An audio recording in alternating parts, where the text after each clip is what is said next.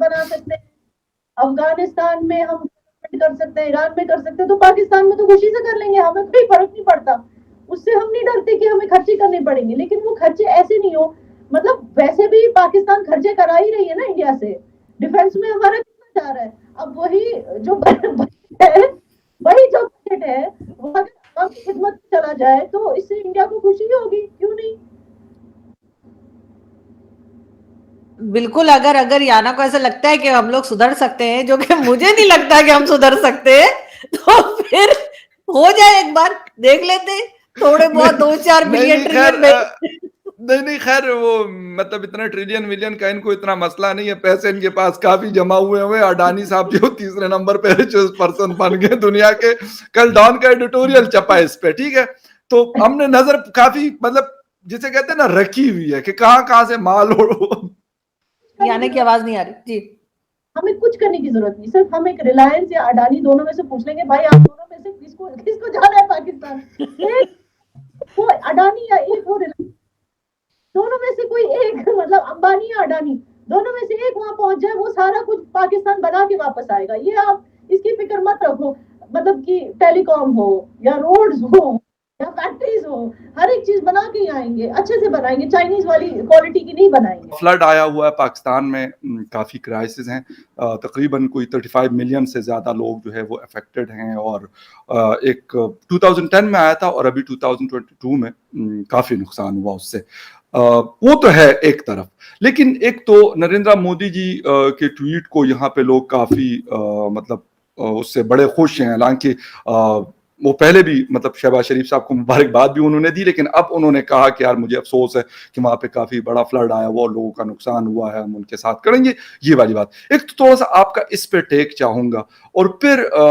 क्योंकि बाकी क्राइसिस भी हैं जिसकी वजह से ये बहुत ज्यादा प्रेशर है हुकूमत पे कि यार आप वाघा बॉर्डर को खोल लें और हिंदुस्तान से जो है चीजें मंगवाना शुरू कर दे, बजाय इसके कि आप कभी अफगानिस्तान की तरफ देख रहे, कभी ईरान की तरफ, और चाइना वाली हमारे पास आती हैं लेकिन वो बहुत एक्सपेंसिव है यहाँ पर, ऑलरेडी बहुत ज्यादा महंगाई। तो क्या कहेंगी दोनों चीजों के हवाले से? Really very bad. और मुझे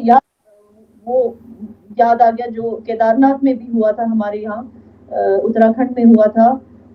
कुछ उसी तरह का माहौल था वहां भी, जब वहां पे फ्लड्स आए थे। And these are all unexpected things. And लेकिन एक सच्चाई ये भी है कि क्लाइमेट चेंज जो है, जो जिसके बारे में हमारे मोदी जी हर एक जो भी उनको प्लेटफॉर्म मिलता है, जैसे जैसे फॉर एग्जांपल आपके जो पीएम है, उनको जो भी प्लेटफॉर्म मिलता था, जो एक्स पीएम थे, वो सिर्फ जाके कश्मीर की बात करते, लेकिन हमारे जो पीएम है, जो भी उनको प्लेटफॉर्म मिलता है, नेशनल हो या इंटरनेशनल, वो हर जगह जाके के बारे में ही बोलते रहते हैं। बिकॉज इट हैज बिकम, ये एक्चुअली सबसे बड़ा मसला बन चुका है हम सबका। हमें लगता है कि सबसे बड़ा मसला ये सब हिंदू मुस्लिम, इंडिया पाकिस्तान, ये कश्मीर, नो, सबसे बड़ा मसला that the world is facing today is the climate change. जो सिचुएशन है पाकिस्तान की, यकीनन आप भी उसको देख रही हैं, हम भी, क्योंकि मेरा खैबर पख्तूनख्वा के बहुत सारे इलाके मुतासर है, बलूचिस्तान है, सिंध है। एक तो जो गवर्नमेंट के यहाँ से ये खबरें मतलब हम सुन रहे हैं और आवाज़ें भी आ रही हैं, अब बिजनेस कम्युनिटी भी कह रही कि यार हिंदुस्तान के साथ किया जाए, हम क्यों थोड़ा सा डगमगा रहे हैं, परेशान हो रहे हैं कि यार पता नहीं हिंदुस्तान से अगर हमने प्याज टमाटर, हालांकि पहले भी हम मंगवाते रहे, ऐसा नहीं था कि पहले नहीं आता था, पहली दफा नहीं है, हम परेशान क्यों हो जाते हैं कि यार मतलब हम कहते हैं यार पता नहीं इससे तो हमारी शायद नाक कट जाएगी, और हमने तो मोदी जी को कहा था आप तो ये आप तो वो है, अब अगर कहेंगे तो पता नहीं क्या हो जाएगा। हालांकि वो इमरान खान साहब कहा करते थे, इस हुकूमत के ना मियां नवाज शरीफ ने कभी कुछ इस तरह की बात की और ना मियां शहबाज शरीफ साहब ने, लेकिन फिर भी शर्मा किस चीज की वजह से रहे हैं?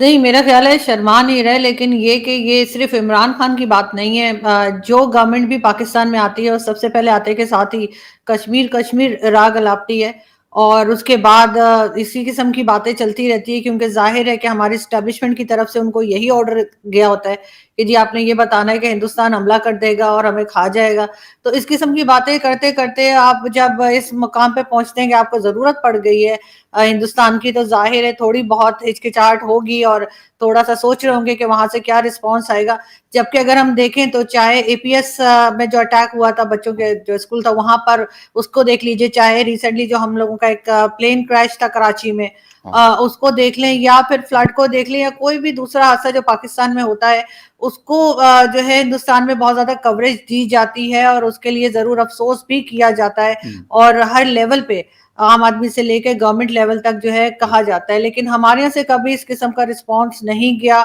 और अगर कभी कोई हादसा भी हुआ, चाहे वो 26/11 हो या कुछ, तो हम उस पे बड़ी ढिठाई से इनकार कर देते हैं। तो और इनकार के अलावा हम ये भी नहीं मानने को तैयार होते कि हम उसमें कोई मदद करेंगे उन लोगों को पकड़ने में या सजा देने में। तो ऑब्वियसली अब जब हमें जरूरत पड़ गई है और हमें जाना ही है, तो अभी भी रिसेंटली आप जानते होंगे कि बिलावल भुट्टो जरदारी ने जो स्टेटमेंट दिया था कि वो नुपुर शर्मा का केस लेके यूनाइटेड नेशन में जाएंगे।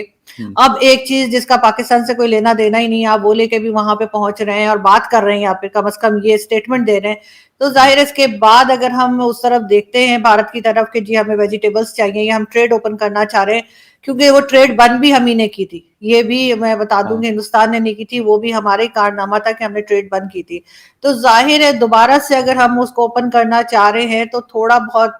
शर्मिंदगी तो नहीं कहूंगी, लेकिन थोड़ा सा सोच रहे होंगे कि कहीं ऐसा ना हो कि हिंदुस्तान की तरफ से इनकार हो जाए या कोई सख्त बात कही जाए, सिर्फ यही वजह लगती है। जब मैं देख रहा होता हूँ कि हुकूमत बड़ी क्लियर खुल के बात कर रही है, यूनाइटेड नेशन को भी खुल के मतलब मुंह खोल के बात कर रही है कि भाई आप हमें हेल्प करें, ये हमारी अकेले उसका बस की बात नहीं है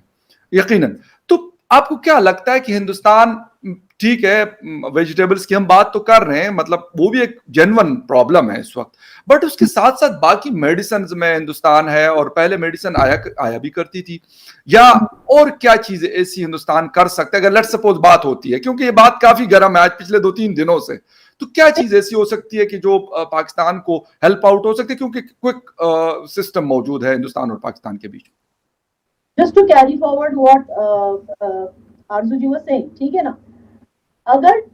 वो सियासत उनकी अगर कश्मीर बेस्ड भी है, अगर वो इस तरह से जताते हैं कि मतलब कुछ पार्टीज जो आपकी पाकिस्तान, मैं नहीं कहूंगी शहबाज शरीफ साहब, बिकॉज आई फील कि ही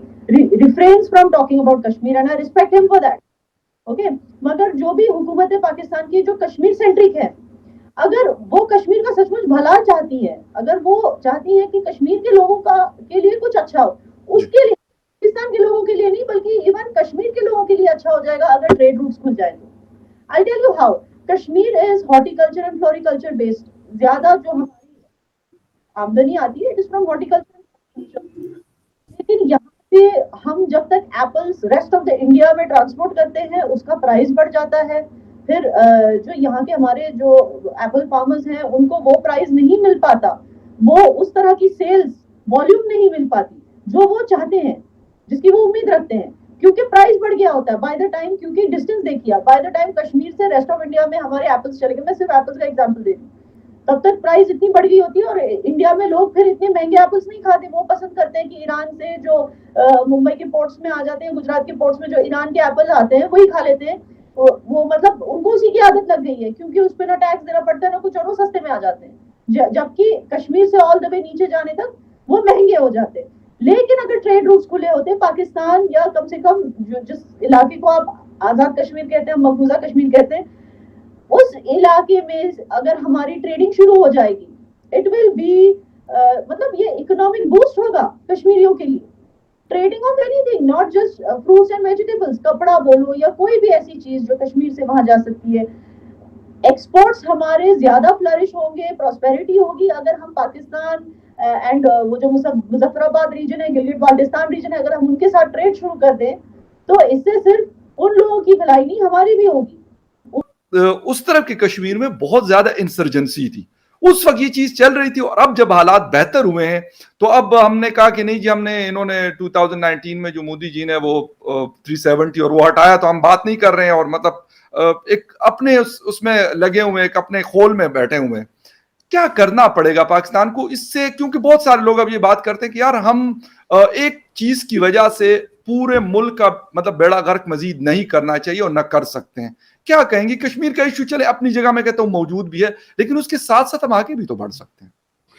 नहीं, बिल्कुल आप ठीक कह रहे हैं, लेकिन ये बहुत मुश्किल काम है और इसमें ज्यादा जो रिस्पॉन्सिबिलिटी है वो पाकिस्तान की आ जाती है, क्योंकि जिस तरह से हमेशा से हम देखते आ रहे हैं कि कोई ना कोई हंगामा जो है वो इंडियन साइड कश्मीर में रहा है और उसमें कई लोग पकड़े गए और पता लगा कि जी पाकिस्तान की तरफ से, तो वो पाकिस्तान को रोकना होगा। मैं ये मानती हूँ कि ठीक है, अगर नहीं भी एस्टेब्लिशमेंट या स्टेट या फौज भेज रही या गवर्नमेंट, अगर वो अपने तौर पे भी जा रहे हैं, तब भी जिम्मेदारी जो है इन्हीं की बनती है। ये नॉन स्टेट एक्टर्स कह के अपना पीछा नहीं छुड़ा सकते कि जी हम क्या करें। जब तक ये इस चीज के ऊपर कंट्रोल नहीं करेंगे तब तक ऐसा नहीं होगा। दूसरा, इनको अपने दिमाग से बात निकालनी होगी कि जी हमने जो है वो हर चीज में वहां पे इंडिया में बात करनी है, चाहे 370 हो या कुछ भी हो, क्योंकि ये इन्होंने एक तरीका भी बना रखा है फंड्स लेने का कि अगर हम कश्मीर कश्मीर करते रहेंगे तो फिर इंडिया के साथ एक टेंशन बनी रहेगी, तो जाहिर है उस वजह से बजट भी जो है वो फौज का और सबका बढ़ता रहेगा या मिलता रहेगा। तो इस चीज से इनको निकलना होगा। लेकिन